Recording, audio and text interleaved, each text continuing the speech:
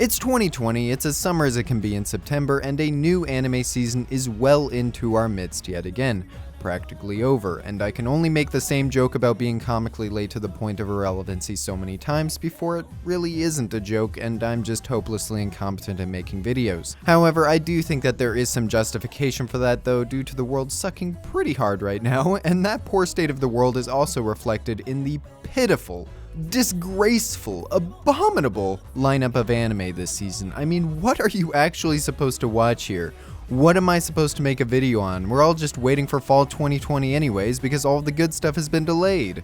At least that's what a lot of people would have you believe. However, if you've scoured the season like I have and just so happen to have the exact same taste in anime, well, 1, we should hang out sometime, and 2, you would know that there are a surprising amount of quality series still left in here, and by extension, that's what I'm here for. As per usual, I've checked out every single new show that's aired, watched a couple of episodes to get a feel, and this video is me telling you which ones I think are worth watching. I'll be giving a big stamp to the ones that I think are the best, and just keep in mind that I take absolutely zero responsibility if these shows end up turning out trash by the end. Strap in, because this is every anime you should be watching from summer 2020. Hey you, hey on the right, hey in the dark, you're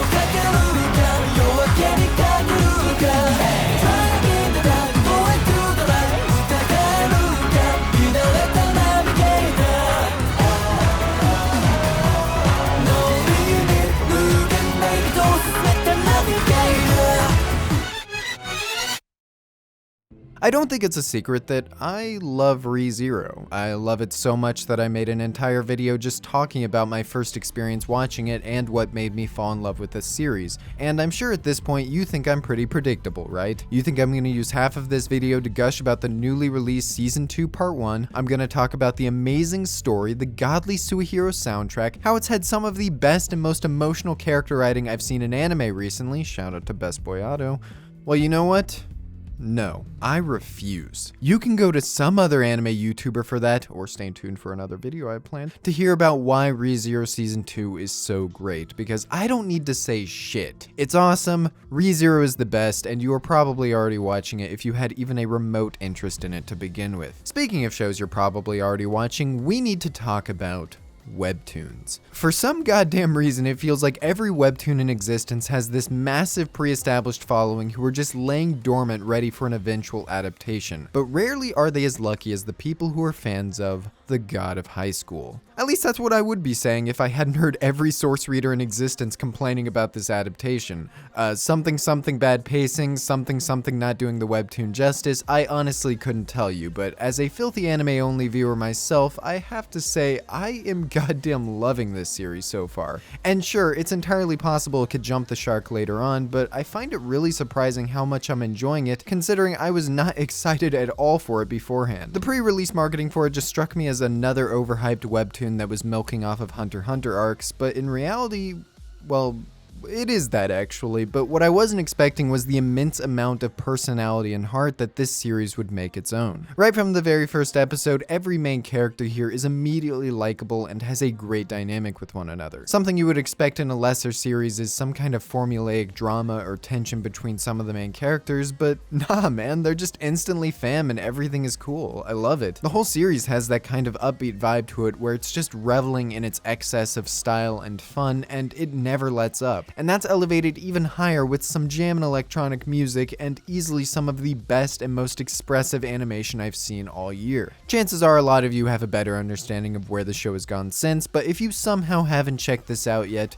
I would highly recommend it. The God of High School isn't the only action-packed banger this season though, and while our next series is a little bit unknown and out of nowhere, I'm not even kidding when I say that it has the potential to become one of the greatest action anime of our generation if it maintains the quality seen in its first episode. SpongeBob, or SpongeBob SquarePants the Animation, is the first full-length anime from Studio Narmak, and just what a goddamn debut. The action and choreography, the writing, the soundtrack, everything here is top of the line, and I really don't want to spoil it for you if you haven't had the opportunity to watch it yet. In the vaguest way I can describe possible, the friendship and dynamic between the two main characters, SpongeBob and Squidward, is one for the ages, and I genuinely can't wait to see how it progresses over the season. season, because something tells me from the OP and the episode itself, it's going to be emotional. Studio Narmak has also been incredibly generous with the release of this series because the first episode is out completely free on YouTube right now, and I will leave a link to it in the description below. We're not quite done yet with the action-packed blockbusters though, and the last one I'll be talking about is one I've been excited for since the very first PV for it back in mid-2019. Deca-dence is probably the hardest series for me to describe this season because it's doing a lot of things. It's a coming-of-age adventure for the main character Natsume, it's a Mad Max-style post-apocalyptic survival story, it's got alien kaiju, it's got a lot of interesting and intersecting plot elements that are immediately apparent within its first episode. And I really enjoyed that first episode a lot. The main character Natsume is filled with an energy that's infectious and entertaining, and watching her do her best to achieve her goals and explore this strange and unique setting was already more than enough for me. But then we get to the second episode, and if you've heard anything about this series, you've probably heard that it takes a turn. And we're not just talking about some shift in perspective here, we're talking about a complete 180 in so many different ways. This second episode changes the way you look at the series overall, and that's kind of what I love about it. It transitions into a new focus in a way that is so bizarre and yet feels so right. I'm not going to say anything other than that, but if that intrigued you in any way, or even if the talks about the first episode sounded cool, then you should check it out, because this is one of my top recommendations this season.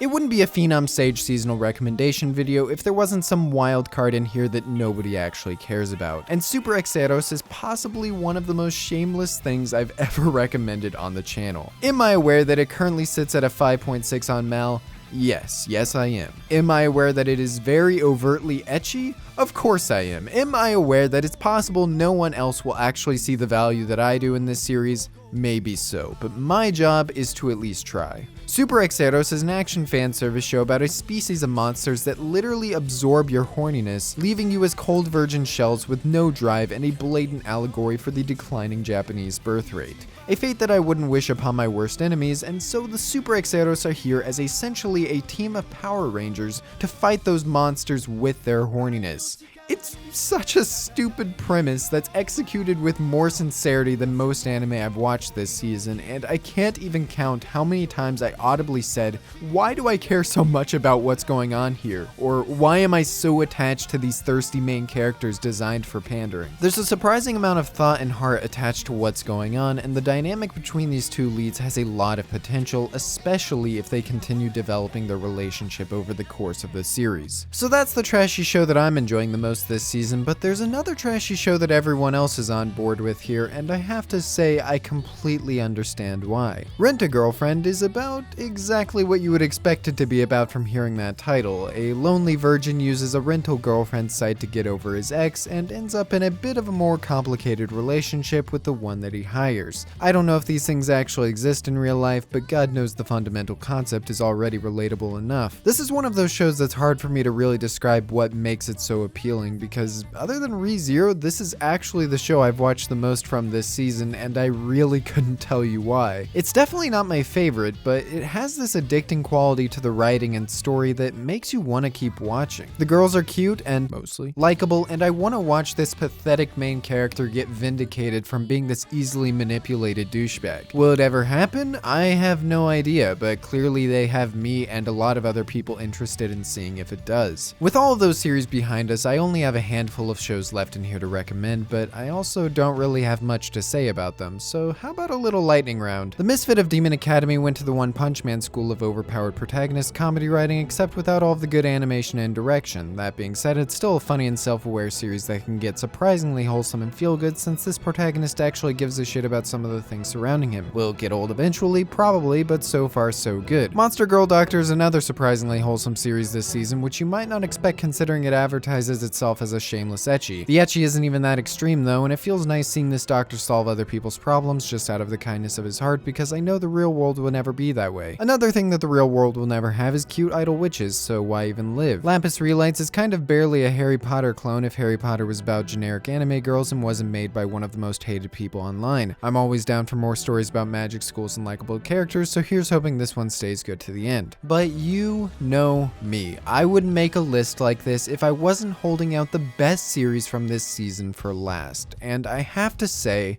that The Great Pretender is probably one of the easiest recommendations I've ever made in one of these videos. And by easiest, I mean I feel like this series has the potential to appeal to pretty much everyone. You ever get that vibe when you watch a special series that it was just made with the utmost confidence? Like every single member of the staff is showing off how cool and good at their job they are, because that's how I feel watching The Great Pretender, a series focused around a Japanese con man who ends up being roped into traveling across the globe with an even better con man and gets wrapped up in his crazy schemes. I think it's safe to say that Wit Studio has long since proven themselves as one of the best anime production companies in the industry, and the differences between them and pretty much everyone else is that they just do not pick up bad properties. Attack on Titan, Vinland Saga, After the Rain. Ignore that one. They keep choosing these special properties and they keep giving it their 100%, and The Great Pretender is no different. The art direction, the animation, the character designs, the music, the writing, everything about this show has impressed me tremendously so far, and I've only heard that it continues getting better and better. If you're looking for something that is probably going to entertain you with its limitless style,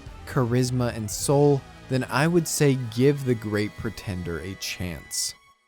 And that does it for summer 2020. I hope that if you dismissed this season at the beginning for not having a lot of good shows, that I proved you goddamn wrong with this sublime collection of ecchi, action, and thievery. Or maybe you just checked everything out and still didn't find much, in which case, fair enough. But luckily we're only a few weeks away from next season, and I promise I won't be this late again. Either way, if you enjoyed this video, be sure to subscribe for more, follow me on Twitter for occasional posting, and join my Discord community where me and a bunch of other weeaboos hang out just waiting for anyone to join and we can talk about some cool anime. Or you can just do none of those things, go back to waiting for more new anime next season, and continue having a great day. I love you, and see you next time. Welcome, my friend.